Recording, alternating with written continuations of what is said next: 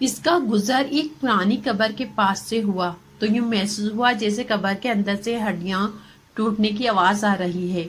اس فوجی جوان نے بتایا کہ میں نے بندوق کی بٹ سے اس قبر کی اینٹیں ہٹائیں تاکہ دیکھے کہ یہ آواز کیسی ہے۔ جیسے جیسے میں مٹی ہٹاتا گیا آواز اور تیز ہوتی گئی اور میری دلچسپی اور خوف بھی بہت بڑھ گیا۔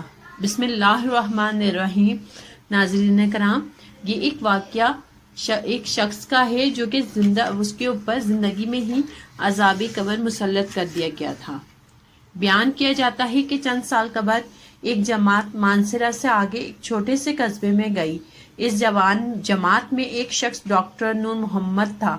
ان کا بیان ہے کہ مسجد سے باہر ادھر ادھر کافی لوگ فارغ بیٹھے تھے۔ ہم لوگ ان کے پاس گئے اور مسجد میں آنے کی دعوت دی تاکہ وہ تعلیم میں شریک ہو سکیں۔ کچھ لوگ ہمارے ساتھ مسجد میں آنے پر تیار ہو گئے۔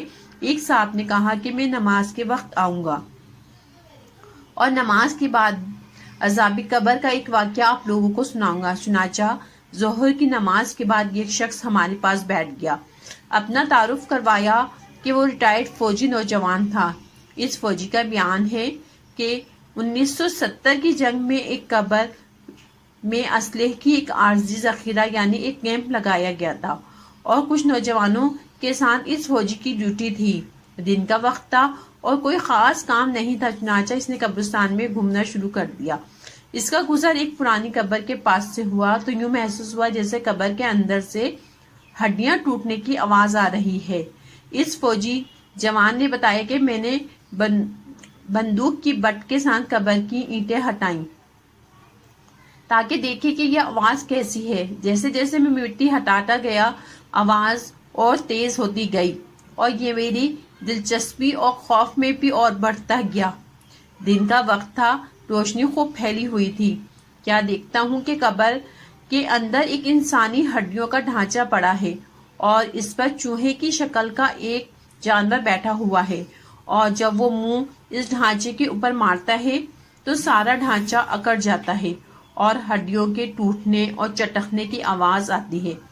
میرے سامنے اس جانور نے 3 مرتبہ اپنا منہ ہڈی پر مارا۔ مجھے بہت ترس آیا کہ یہ جانور اس کو بہت تکلیف پہنچا رہا ہے۔ چنانچہ رائفل سے جب میں نے اس جانور کو مارنے کا ارادہ کیا تو وہ مٹی میں چھپ گیا۔ تھوڑی دیر کے بعد وہ جانور قبر سے نکل کر میری طرف لپکا اور میرے اوپر ایسی دہشت سوار ہوئی کہ میں اسے مارنا بھول کر اپنی جان بچانے کی خاطر بھاگ کھڑا ہوا۔ کافی دور جانے کے بعد میں نے مڑ کر دیکھا، وہ جانور میرے پیچھے تیزی سے بھاگا آ رہا تھا۔ قریب ہی پانی کا ایک گڑھا تھا۔ اس جانور سے بچنے کے لیے میں اس جوہر یعنی گڑھے میں داخل ہو گیا۔ میں نے پیچھے مڑ کر دیکھا کہ جانور جوہر کے کنارے پر آ کر رک گیا ہے اور کچھ دیر کے بعد اس نے اپنا منہ پانی میں ڈال دیا۔ یکدم پانی کھولنے لگا۔ میں بھاگ کر جوہر سے نکلا۔ میری ٹانگیں جل رہی تھیں، بہت جلد سرخ ہو چکی اور آبلے پڑ چکے تھے۔ درد کی شدت سے میرا چلنا محال ہو گیا تھا۔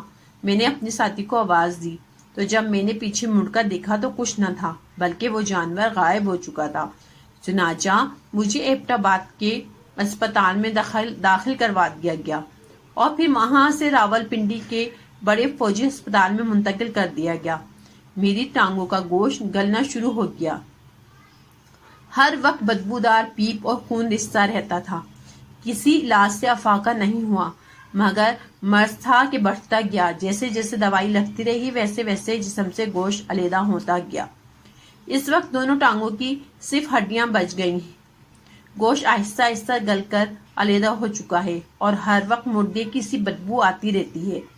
پھر اس شخص نے ہمیں اپنی دونوں ٹانگیں دکھائیں جن پر پٹیاں بندھی ہوئی تھیں۔ اللہ معاف فرمائے۔ اللہ تعالی ہمیں اور آپ کو قبر اور جہنم کے عذاب سے محفوظ رکھے، آمین۔ اس واقعے سے ہمیں یہ سبق ملتا ہے کہ بے شک بعض دفعہ اللہ تعالیٰ لوگوں کی عبرت کے لیے دنیا میں ہی اپنے عذاب کا مشاہدہ کرا دیتا ہے، جیسا کہ اس واقعے میں بھی آپ نے ملاحظہ فرمایا۔ اللہ تعالیٰ ہمیں اعمال صالحہ کرنے کی توفیق عطا فرمائے، آمین۔ اگر ہماری ویڈیوز آپ کو پسند آتی ہیں تو ہمارے چینل کو لائک کیجیے، سبسکرائب کیجیے۔